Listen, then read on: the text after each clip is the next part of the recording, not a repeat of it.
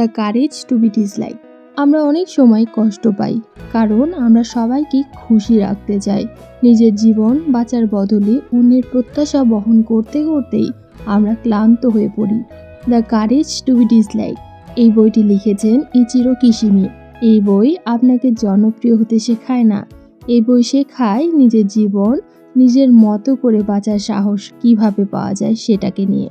অন্যেরা কি ভাববে এই ভয় আমাদের সিদ্ধান্তকে নিয়ন্ত্রণ করে চলে। এই ভয়ই আমাদের স্বাধীনতাকে আমাদের কাছ থেকে কেড়ে নেয়। সবাই আপনাকে পছন্দ করবেই, এই দায়িত্ব আপনার না।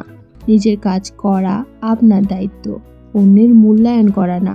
ডিসলাইক হওয়া কোনো ব্যর্থতা না, ডিসলাইক হওয়া মানে নিজের জীবনের দায়িত্ব নিজের কাঁধে তুলে নেওয়া। আপনি যদি নিজের জীবনকে নিজের মতো করে বাঁচতে চান, তাহলে এই বইটি আপনারই জন্য। The courage to be dislike by Ichiro Kishimi. সুতরাং আপনি মুক্ত তখনই যখন সবাইকে খুশি করার দায় আপনি ছেড়ে দেন।